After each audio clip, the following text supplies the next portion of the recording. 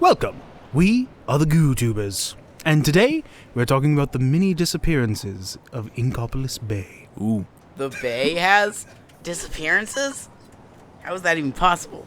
Well, you know, things go missing sometimes. Sometimes? Sometimes it's your keys and you just left them in the house. Sometimes it's an entire body of water. How did you even get in the body of water? We drowned immediately. Boat. I love the one-word answers. Inkopolis Bay has been subject to many disappearances and incidents, all with mysterious circumstances and no clear answers, leaving only theory and speculation to haunt what remains. The Steelfin was a survey boat, scanning areas for the construction of Hammerhead Bridge. The captain was confident, saying, "Weather conditions are clean and clear, and we shouldn't see much trouble from the sea." I see what you did there. What I did there? That was the captain. I didn't do anything. As he said, they made their way through the waters, collecting and sending survey data without even a hint of an issue. Until the Steelfin neared Splatlandian waters, it suddenly stopped sending survey data. It was still on radar, so the towers monitoring the mission assumed it was just a temporary loss of signal. Then it was seen listing toward the Salmonid swim zone. They were now on course to hit Salmonid territory. Seeing this, the tower tried to make contact before it completely vanished from radar. No trace was ever found, allowing it to be consumed by the mysteries of Inkopolis Bay.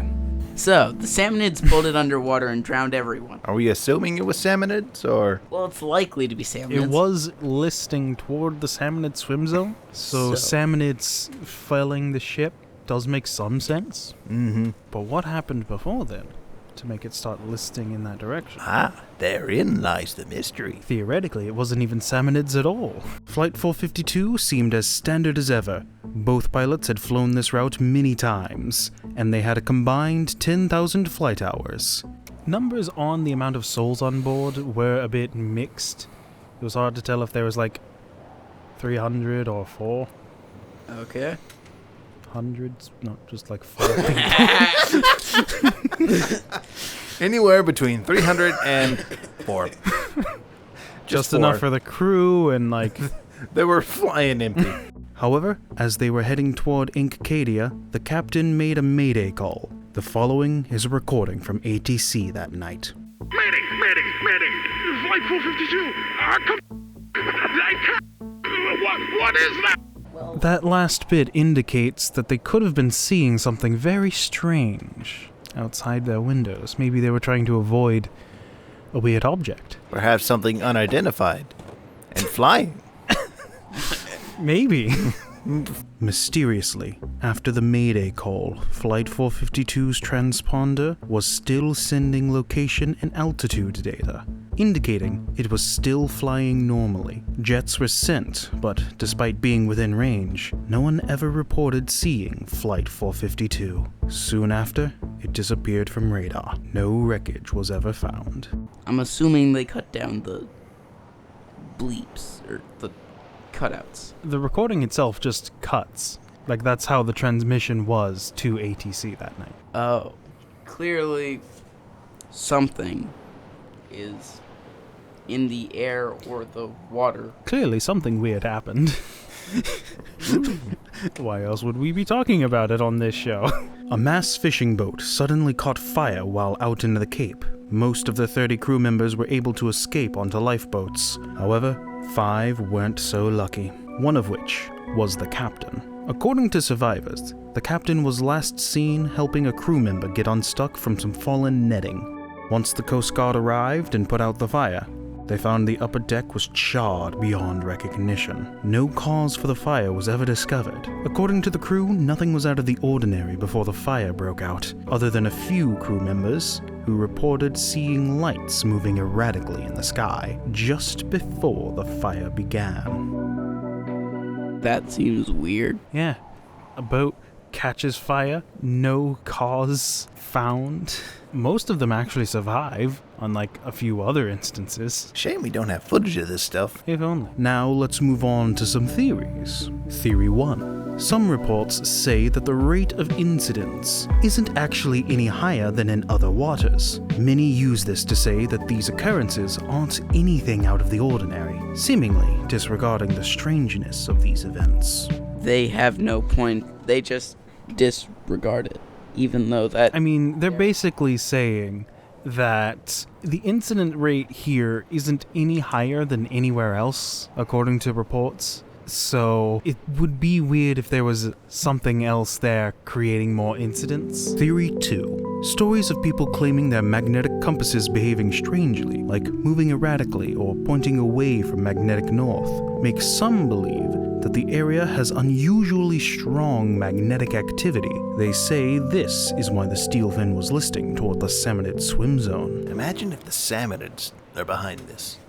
Like they've got a compass disrupting device. Funny you say that. Theory 3.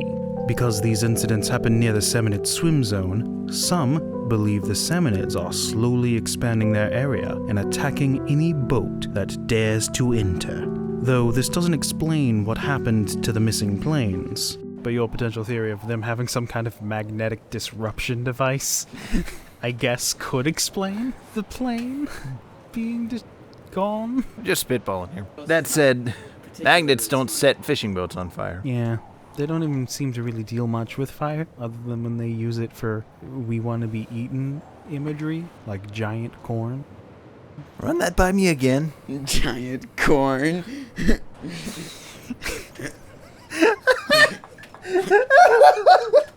What's so funny about that? Nothing! He doesn't know salmonid lore. They actually want to be eaten. That's why they have frying pans as weapons. I thought they were just hungry. So hungry they're gonna beat you over the head with it? Some believe that the steelfin's listing was caused by a compass malfunction, and then it was felled by salmonid. So, steelfin was commandeered by salmonids. That's why we see multiple boats. I mean, if it was taken by the salmonids, after what this happened wreckage? to the radar? Well, if we're sticking with his compass device, I mean, that obviously messes a magnetic disruption device type thing wouldn't do much with a radar, because radar sort of like tries to detect things physically. Well, I can't really explain it. I guess the salmon... They stole the boat, and then it just disappeared from radar. Don't worry about it. Theory 4. Some believe that the mysterious nature of these incidents are caused by aliens. It certainly would explain sudden disappearances. And they say the lights the fishing crew mentioned were from the mothership. They go even further, saying there's a large underwater base in Inkopolis Bay that the extraterrestrials use to conduct experiments on those they capture. So, aliens seems the most likely, because they're the only thing that is unidentified and could fly.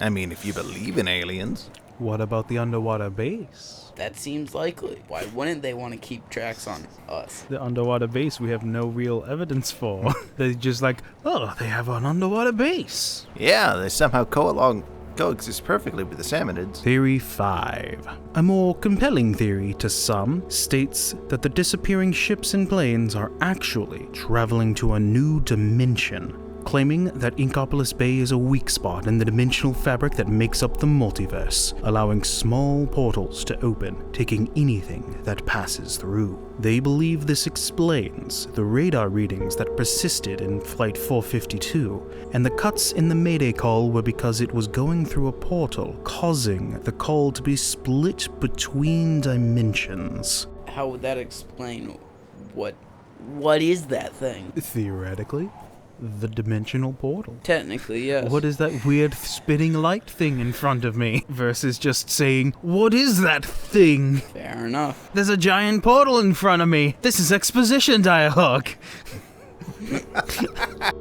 The strange lights seen by the fishing crew being an unstable portal before it closed in a fiery blaze. Fiery blaze does not make sense. How would a dimensional close make fire? For all we know, it was a fire dimension.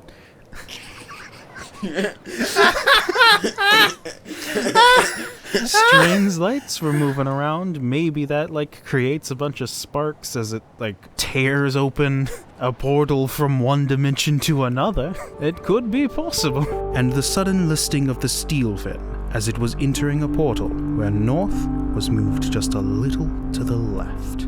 Now that one just seems made up. The portals thing? Yes. Even though it does explain all of the incidents rather well. I mean, it just kind of sounds like the theorists are grasping at straws at this point. Yeah. The incidents of Inkopolis Bay give more questions than they do answers, leaving us only to speculate as to the true nature of these waters. I think we can all agree it's the aliens. I feel like the dimension shifting makes a bit more sense. It feels more rounded with all the explanations. It's always aliens. It's always aliens.